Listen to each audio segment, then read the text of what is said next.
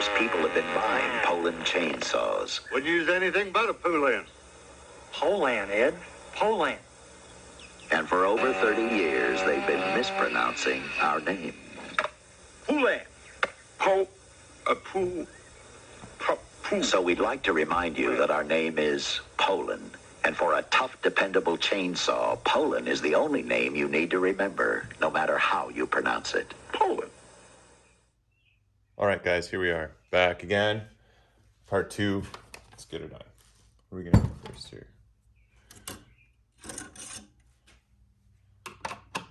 So the weather's finally turned around for us, which is a good thing. Back up in the 20s, mid-20s. Sun's out. Things are looking up. Take the cover off there. Let's get rid of this handle.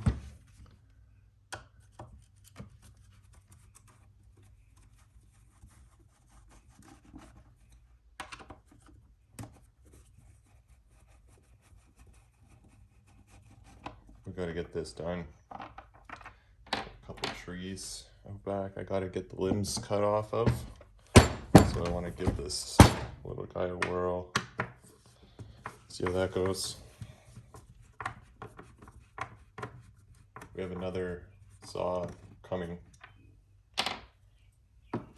Which should be a little bit more exciting than the old Poulan. Also hope you guys like that little old commercial that I found.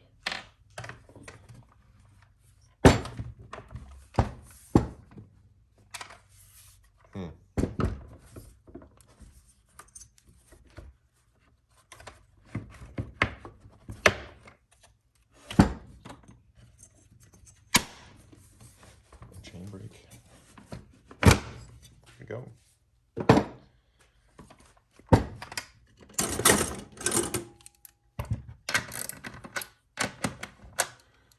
Probably just gonna end up doing a big time lapse for most of this, or at least 2 times the speed, just to make her a little bit more exciting.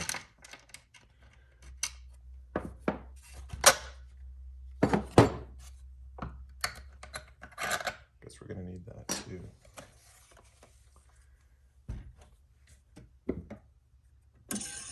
Do need a little Phillips to get those off. Just get this oil pump out of here. This is a new oil pump for the bar.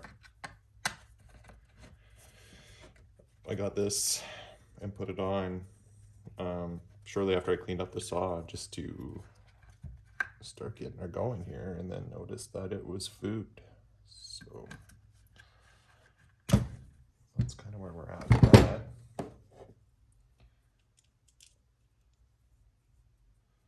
But it's new, it's good, it's fine.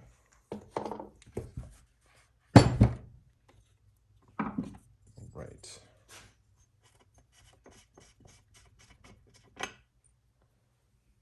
It's really nice.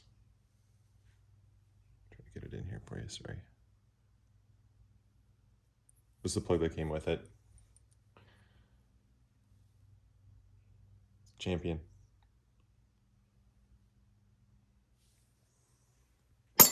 Probably the best part on the whole saw. All right, what else we gotta take off here? Let's do this recoil. Get rid of these. So, like I said in part 1, we're just basically taking everything off of this saw but the chassis, because the chassis got too warm and is warped, which makes the blade, the bar, sit on an angle. And I don't believe that it would work very well. So we're not even gonna bother trying it. So I do have a plan to port this saw and another saw that I have that we're gonna show in another video. I just don't know if I want to do it to the original equipment that's in there or not. Just because it's really hard to find the parts for some of this stuff. Really don't want to lose those bolts.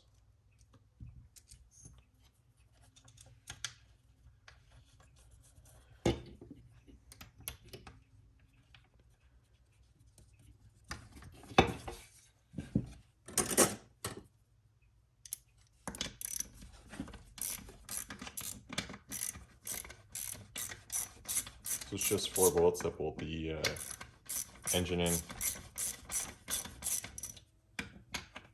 and the engine bolts in half with the same bolts that bolt through the plastic chassis.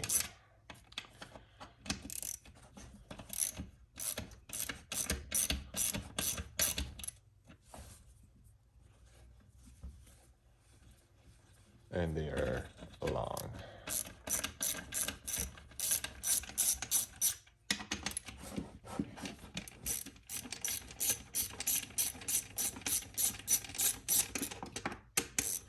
So once we get this done, get the new engine fired in there, we will fire this up. I don't have any bar oil on me, so we're probably going to use some 040 or whatever we have in the old cabinet.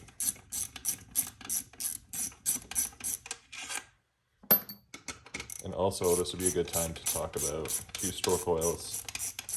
I'll flash a picture up with some good information on it. So here's just a picture, guys, of a quick chart. It's going to give you all the popular brand names of 2-stroke oil, and essentially on the right there, you're going to see their flash points.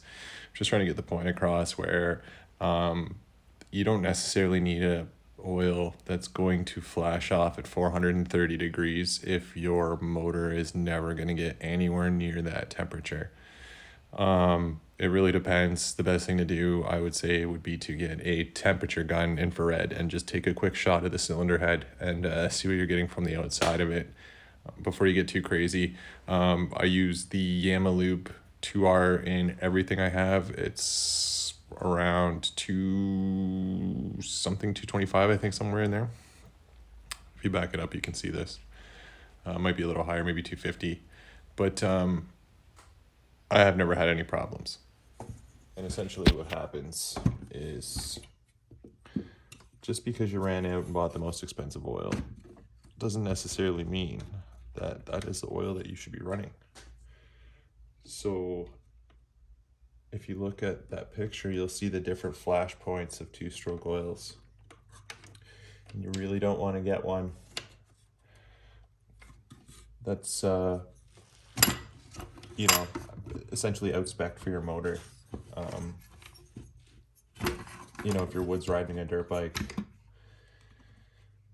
and it's not wide open all the time, it's not creating a bunch of heat, you don't need the same oil or the same flash point in the oil that you would normally have if you were to race it. So that's good, something to keep in mind, you guys, if you're getting spooge or a bunch of carbon buildup. Definitely think about that.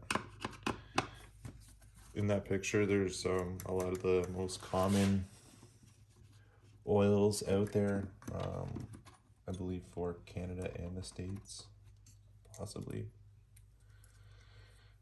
But you have to look into that yourself.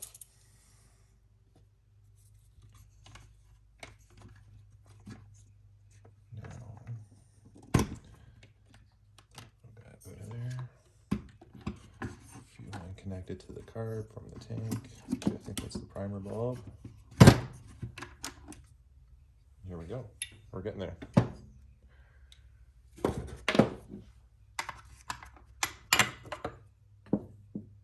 So this is the bottom half.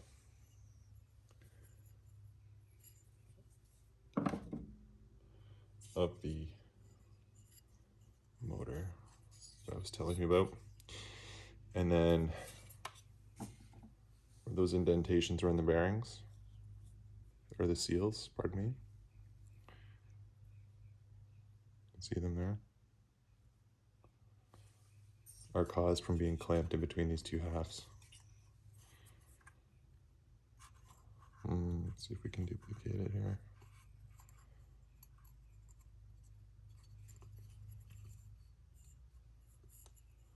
So it looks something like, you can see where the indentations line up on this. There you go.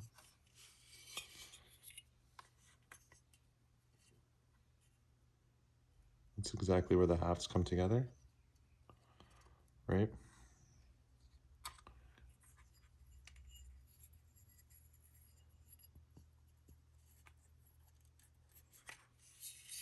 And then the crank goes through. So I think when we do this, we're gonna end up putting a bit of silicone around that. Also, I wouldn't normally, but we're gonna do it on this one just because of these air leaks that I heard of. And you know, that's up to you guys what you want to use.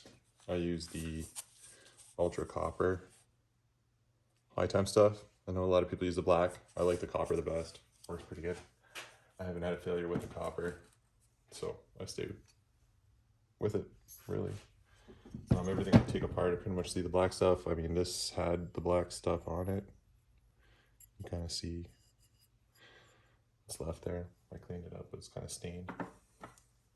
All right. What else do we need to salvage off this? We need all that little Ghibli hardware.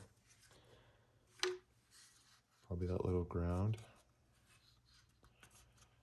So I'll stop it here. We'll get this cleaned up, and then we'll start putting the stuff in the new chassis, the new motor.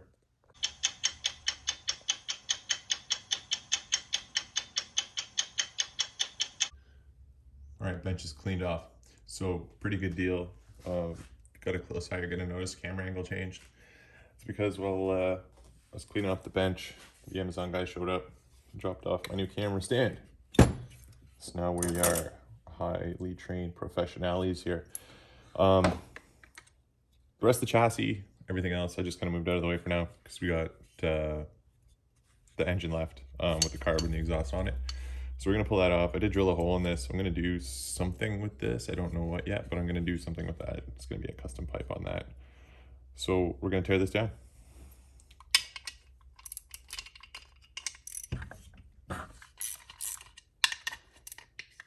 We'll be showing you the inside of the cylinder once I get this off because it is absolutely junk. It's not great. It's not great.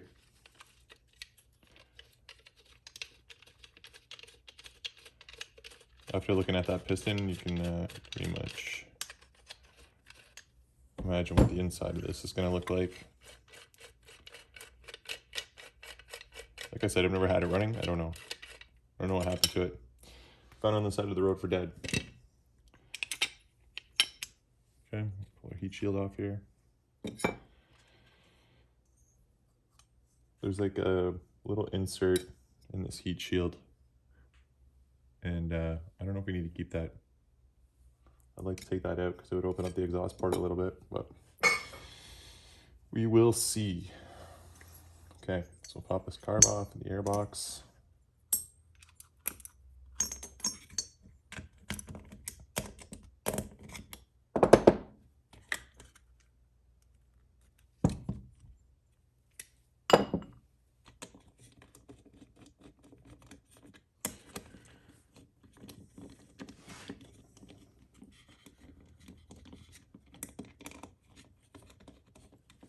Look at that fupa in the shot, eh? Woo! That boy's nice. It's Corona. And not so much the beverage.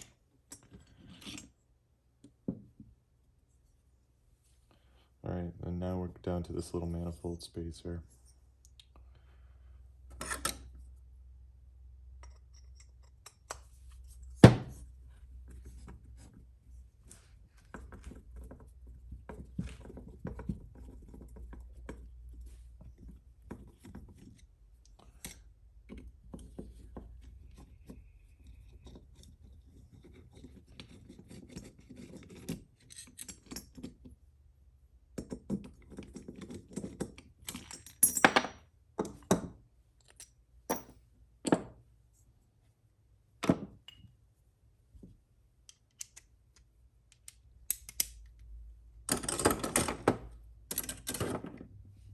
Give me that. See that? So your hardware walks away and you can't find it ever again. All right, so we're down to the bare bones cylinder here. There's some of that good RTV black I was telling you about. And let me grab a light.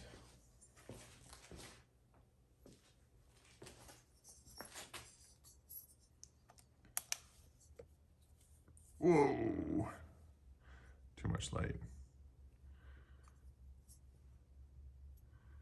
So you can see in there,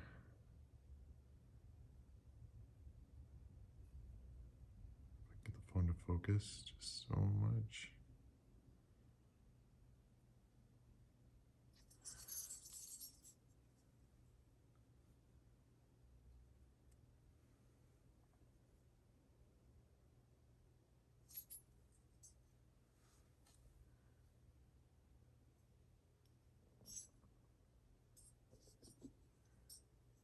Just kind of see it. It's either way too much or not enough.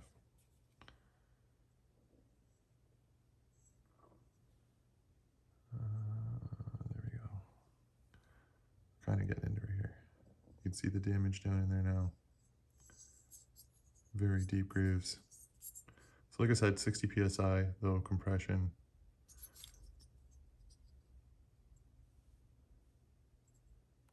Those grooves.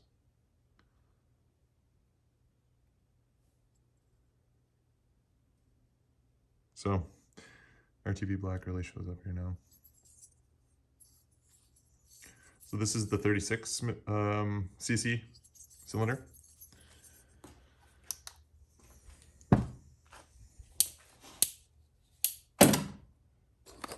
And we're gonna go to this nice new, I don't know, maybe it was better without the light. Oh yeah, let's try that. And this one is not shiny and new, so it doesn't want to do it. That sucks. Anyway.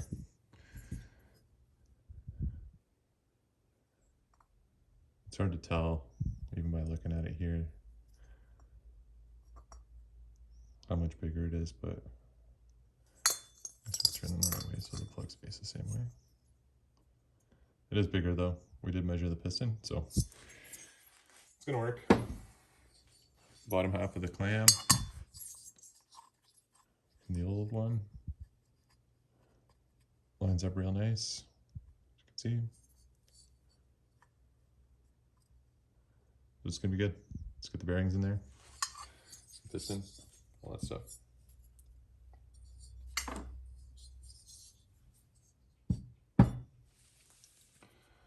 I do have a carburetor for this, another one. Actually, we can probably maybe take that into the bag now. Let's see what we have in here. So there's some new fuel lines.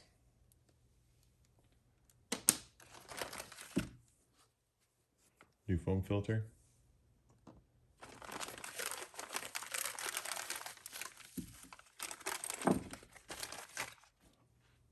Primer bulb.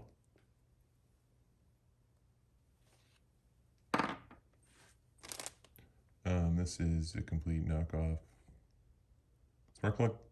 We're gonna give it a go though, because why not? Came in the kit. We're gonna use it. We're gonna use everything that came in the kit. So it's all from China, through Amazon. Came in the kit together. New fuel filters. So this is the third saw now. I have two other ones. They're gonna show up in other videos. With either missing one of the filters off the primer bulb, or the filter is missing off of the carb supply. But always one is missing, or it's laying in the tank. So I'm thinking, you know, are the saws and everything really junky, or people just not paying attention to what they're doing? It's like one was rattling around inside the tank. So I mean, if you ever looked down in there, you'd have never seen it. Here's the eBay or the Amazon carb.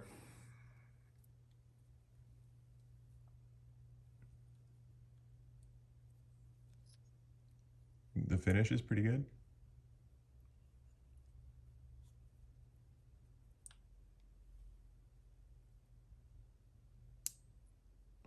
So I'm not sure which one we should run, just because of that. So I mean, this one is in really good shape too, as you can see. I think we might stick with the stock one for now. There's no difference in sizes on these two carbs. They're both the same. So we're not going to get any more or less fuel through them. But I would like to stick with this Marlboro, so we're going to try it. Haven't cleaned it, haven't done anything really. It went in the wash tank with the whole saw and everything, so I'm not quite sure if it works. We'll give her a go, because it's nice and clean. We'll keep this one as a spare. This is the one that came from Amazon. If you don't start, swap it out.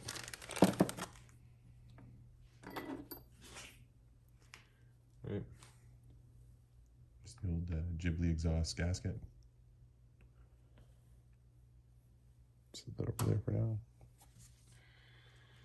Okay, so let's get this together.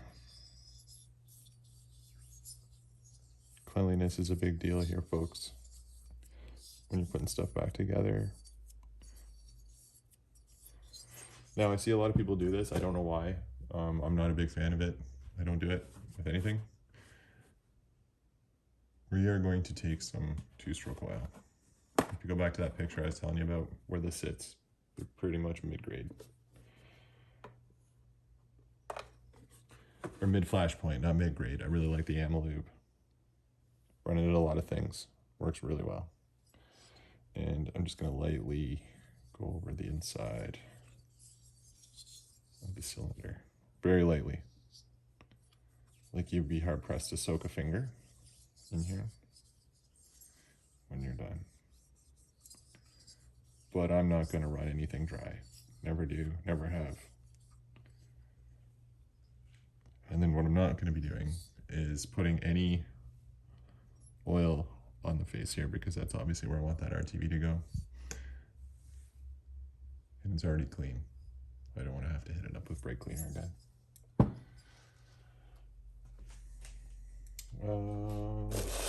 Yes, we have a new wrist pin.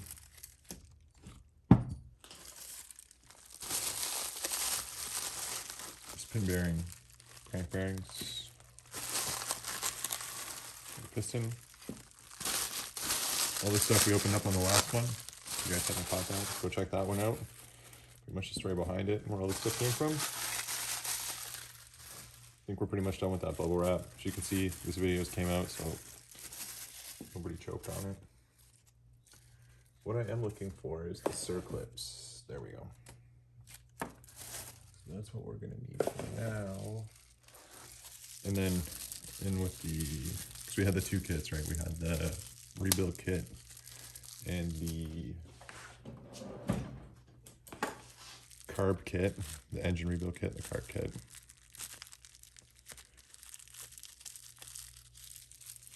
This is a lot harder than it looks. They both came with another one of these spark plugs. This one is different.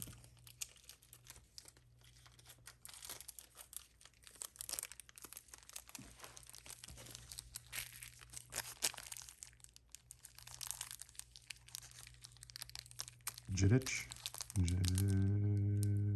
Something, I don't know. Don't know. L7T, I believe that's what the last one was. This one's packaged better than this guy.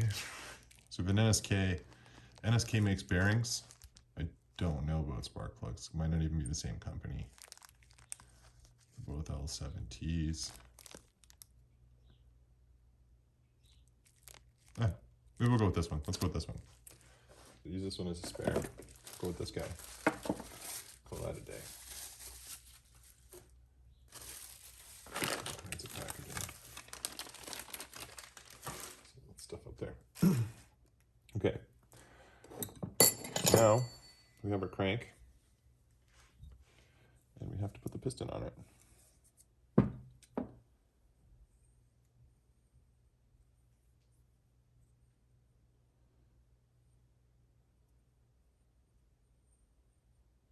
So on here we have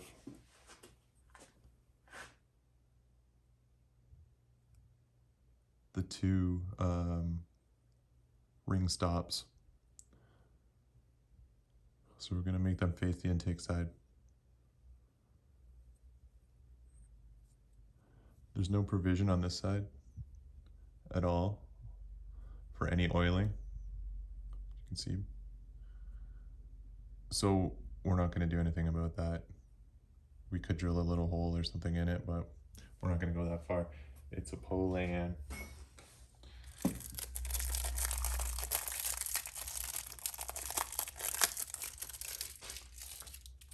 Same with the rings.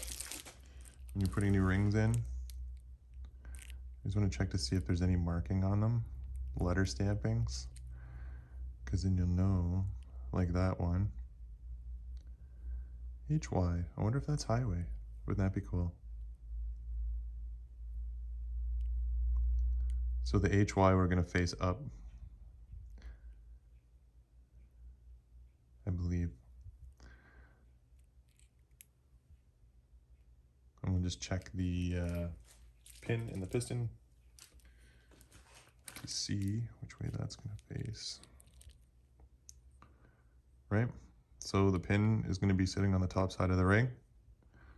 HY, top side of the ring, because of those notches have to fit on the ring. So normally your rings will be marked, like I said. Normally, if they're not marked, they can go in either way. But if they have markings or they're notched to fit in a keeper,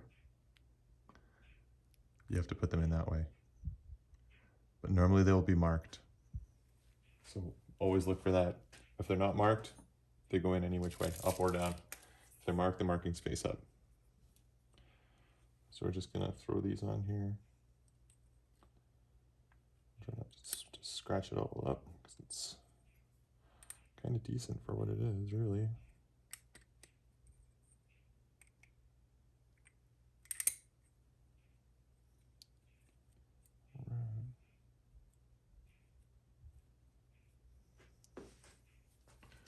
So here's the ring on. And you can see here now, when we close it,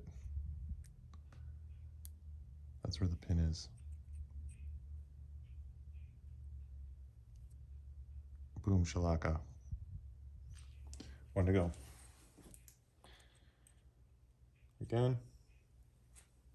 You can zoom into this. Maybe. You can see the marking on the ring is facing up. Up. Up. Top of piston, top of cylinder, facing up.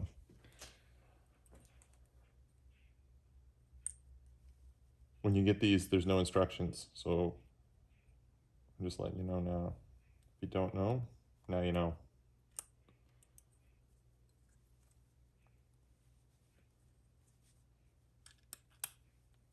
The birds are so noisy out there today, squawking away. Okay.